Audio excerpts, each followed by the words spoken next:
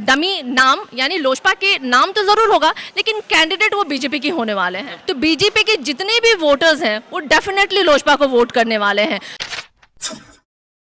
Chirag Paswan NDA से अलग हो गए हैं लेकिन बीजेपी के साथ हैं। मतलब कहने का है कि नीतीश कुमार से अलग हुए हैं, बीजेपी के साथ वो हैं। जहां जहां बीजेपी के कैंडिडेट होंगे वहां लोजपा के कैंडिडेट नहीं उतारे जाएंगे। और चिराग पासवान की पार्टी लोजपा की तरफ से एक ट्वीट किया गया है कि इस बार लोजपा और भाजपा की सरकार। बात करेंगे इसी मुद्दे पे। हमारे साथ सारिका पासवान है, राजद की प्रदेश प्रवक्ता। इस बार किसकी सरकार? नीतीश कुमार भाजपा की सरकार, लोजपा भाजपा की सरकार या तेजस्वी की सरकार? ऑफ कोर्स तेजस्वी की सरकार। हम लोग शुरू दिन से बोलते आ रहे हैं कि पिछले बार भी मैंडेट आरजेडी को मिला था, जबकि महागठबंधन में जेडीयू थी हम लोगों के साथ। बावजूद इसके हम लोगों ने नीतीश जी को मौका दिया मुख्यमंत्री बनने का, और इस बार तो डेफिनेटली तेजस्वी जी की सरकार बनने वाली है, यानी कि पूर्ण बहुमत में हम लोग आरजेडी आने वाले हैं।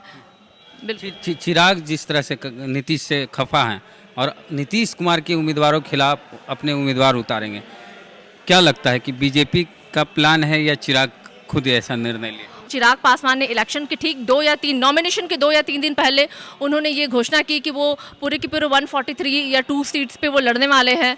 तो ये तो आप समझ लीजिए कि स्पष्ट है कि ये भाजपा की चाल है। डिवाइड एंड रूल वाली पॉलिसी जो है ना, वापस से खेली जा रही है यहाँ पे।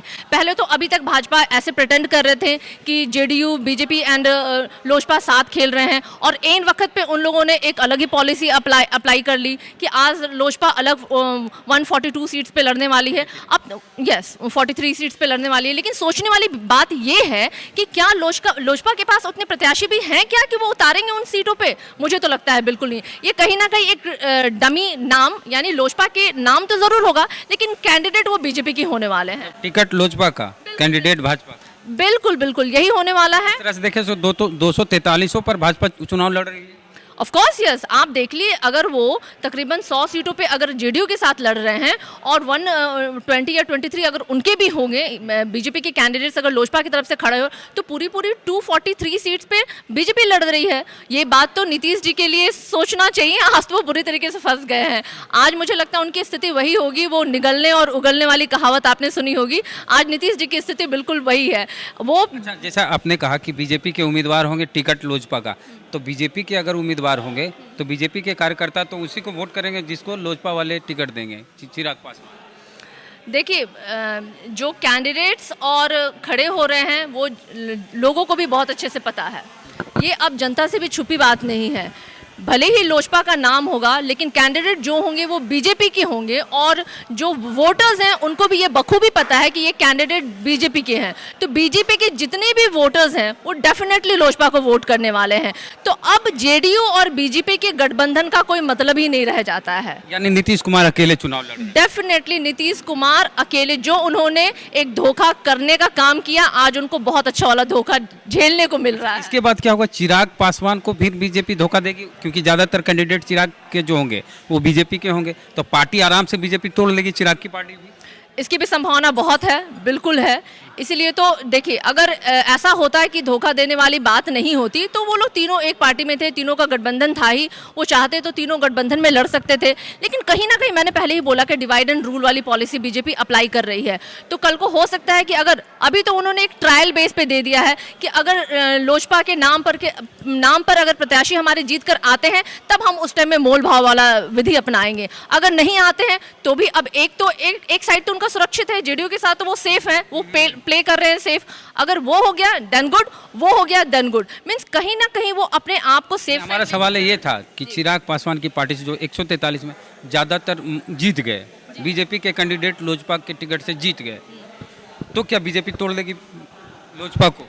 बिल्कुल तोड़ लेगी। इसमें सोचने क्योंकि एक तीर से दो शिकार किया, शिकार हो रहे। बिल्कुल एक तीर से 2 शिकार कर रही है बीजेपी, क्योंकि वो अपने कैंडिडेट्स को अगर लोजपा से खड़ा कर रही है तो वो पावर ऑफ अटर्नी अपने पास रख रही है।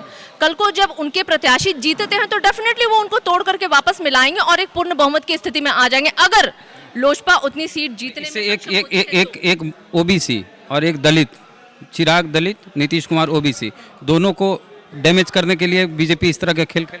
ये तो साजिश है, षड्यंत्र है। ये तो चिराग पासवान जी को भी समझना चाहिए और जो कहते हैं ना सत्ता के लोभी नीतीश कुमार को भी समझना चाहिए। लेकिन सत्ता का लोभ ऐसा चीज़ है कि लोग अपनी आंखें मूंद लेते हैं। अगर बीजेपी पावर में आ गई तो योगी आदित्यनाथ की तरह कोई अपना मुख्यमंत्री यहाँ बना देगी। डेफिनेटली इसकी भी संभावना बहुत है कि उन लोगों ने सोच भी लिया होगा, हो सकता है कि कोई एक प्रत्याशी होंगे उनमें से जिनको कि वो एज अ सीएम प्रोजेक्ट कर ले। वो आफ्टर इलेक्शन जब वो बहुमत उनको आता है, वैसे तो वो आने वाला नहीं है क्योंकि तेजस्वी जी इस बार पूर्णतः बहुमत में आने वाले हैं।